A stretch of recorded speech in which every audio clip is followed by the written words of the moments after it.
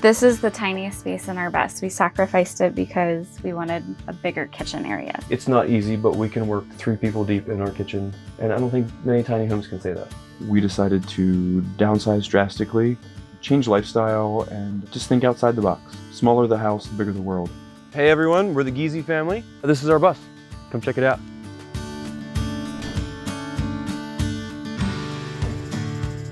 All right, so we're here inside the bus. Welcome to our home. This is the kitchen, the main living area. This is where all the magic happens, because home is where the heart is, and my heart's in the kitchen.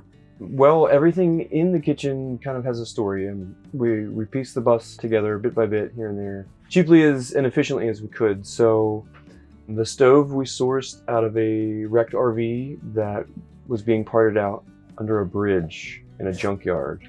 But yeah, it was cheap, it's full size, it propane, old school, it's reliable.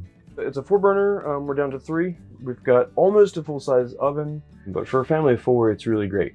This is a fold-up counter space, great for breakfasts, buffets, having friends over, laying food out, charcuterie boards, you name it, art projects. So that's a really great feature. Countertops I sourced from the local dumpster, and I'm one of those guys that I wheel and deal out of the trash can. There's always so much gold being thrown away, so we burned them. We took a torch. There's a method of wood preservation in Japan called Shou Sugi Ban. In Shou Sugi Ban, when you burn everything, it seals the wood. So it's moisture resistant, it's pest resistant, and it gave that nice tone. The sink came from some shack deep in the heart of West Virginia. It's just fallen down. I prefer a double sink because I like the way it functions. But you know, when you find things and you piece it together, you make do. So it's been really great. It's really sturdy. It's that classic farmhouse sink that's so popular anytime, really. Everybody loves a farmhouse sink.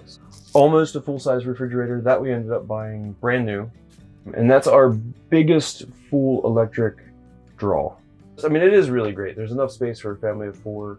When we go out into the wilderness and we boondock, we rough it, it's easy enough to stock for 10, 12 days, nearly 2 weeks. Storage on this one got really unique, because we planned the layout and then we thought of storage. So we got what we want, and then it's not really as storage friendly as we would have hoped. The stove is big, the sink is big, the fridge is big, and that left us with 2 kind of big pockets just in the middle. There's no drawers, and the rest are just kind of lazy Susan cabinets. We love the cabinets up top.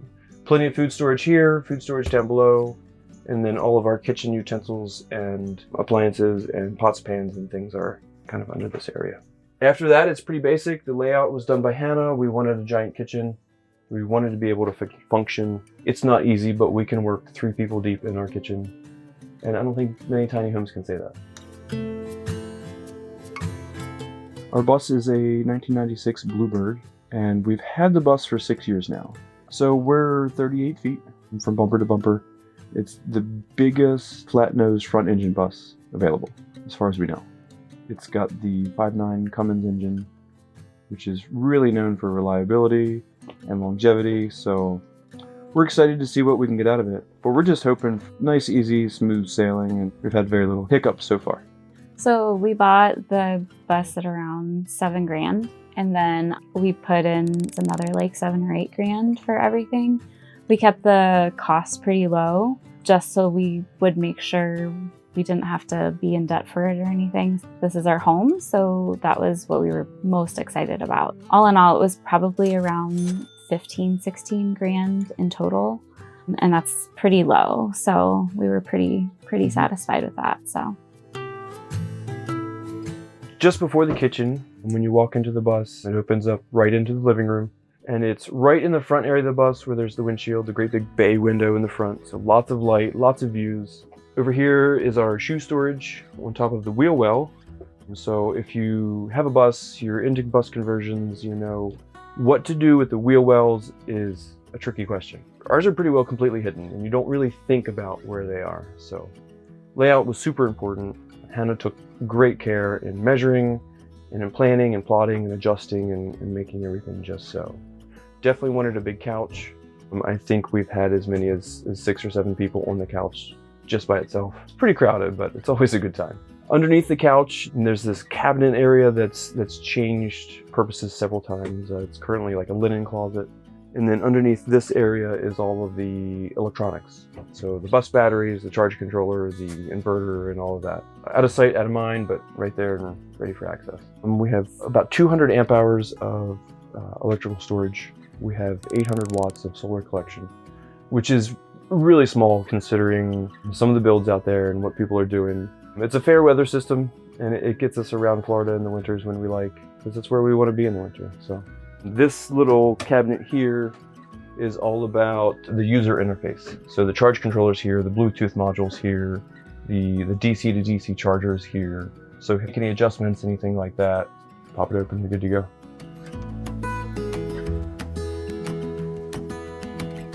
This is the part of the layout that I designed. First off, we have our bookshelf here. That was kind of a mess. Also, a lot of our school books are here too, so because of school on the road. We used to have them in bins and then we would bungee them, but my husband designed some string to go through it. That way when we're driving, they're not gonna fall everywhere. And then we have our kiddos. We've had this for a while. I bought it at like a thrift store or something. So it grows with our kiddos. It's a big measuring stick. And so every year we've been putting the kiddos' names and the date as to when we measure them. So it's been really fun, especially as they get older. They always think they've grown like in a week, and they always like to see where they're at, and they realize they haven't grown very much. This shower used to extend all the way out here, but we realized we didn't really have a lot of storage space. So my husband had these that were actually in a different part of the bus. We just brought them here. So it opens up and it has all of our stuff, top and bottom. My favorite part is painting them, and he designed leather handles. And so he does a lot of leather work. That's my favorite. This is the tiniest space in our bus. We sacrificed it because we wanted a bigger kitchen area. So the walls are waterproof, so we can shower in them, as well as like the tiling. We just got that finished over the past couple of years, so that's been pretty new.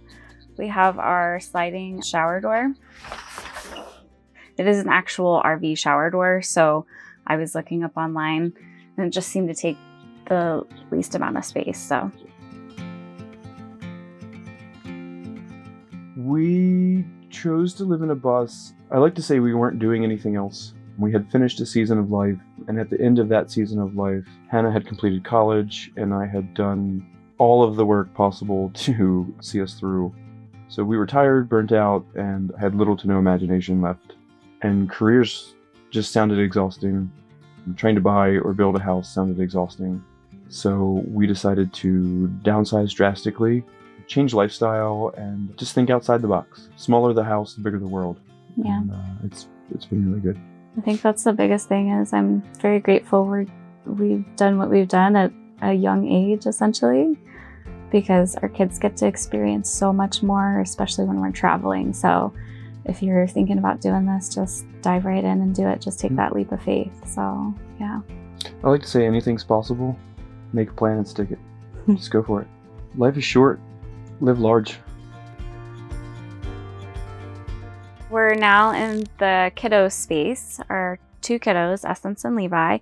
Underneath, they have a toy area, and they really enjoy having a lot more extra space for them. Over here, we have Essence and Levi's clothes. I have 3 bins for each, and then the middle is just like a combination of both of their things. So just trying to even that out a little bit. Okay, so we're in the biggest bedroom, the master bedroom. So this is Luke and I's bedroom. We used to have a full-size bed. We now have a queen-size bed. It's working much better. We have underneath storage, just whatever is extra, we just put it underneath here. That's why it sits up a little bit higher, so it gives us more space. Something new that we added is a full-size TV.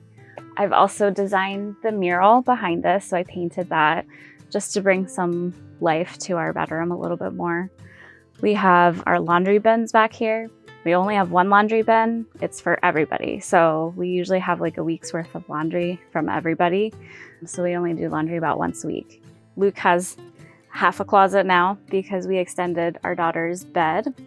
So we use my closet for all of the hanging things. So Essence's dresses, Luke stuff, my stuff, Levi's things, all of that. And then I have drawers underneath. And then my closet also has where our diesel heater is as well. My favorite thing about our bedroom is we have a skylight that came when we were on the road and our hatch was open just a little bit and the wind picked it up and ripped it off and blew it. So we used a quick fix and we used plexiglass. It's still my favorite because we can see the stars and moon at night and the sun comes through and it really brightens up the space a lot. So I teach dance classes back home. I still teach on the road. I teach in not dance classes, but I teach English as a second language. And back home, we were able to get some Airbnb income as well. And then we also have our leather shop. So we have a shop now. So instead of our leather shop being just on the road, we have a physical building in Maryland. But it's seasonal, so it just worked out pretty perfectly just to be off and have some time away for the winter. Mm-hmm. So yeah, we're mostly present on Instagram and Facebook as the Geasey Adventure. So it's all one word. And then our website is lggoods.co. So if you look us up there, you can see kind of some of the products. So the website has to be updated this year, so you'll get to see newer products. So that's exciting. So that's how you can support us. Thank you so much for coming to our home and touring it. We'll see you all later. Bye.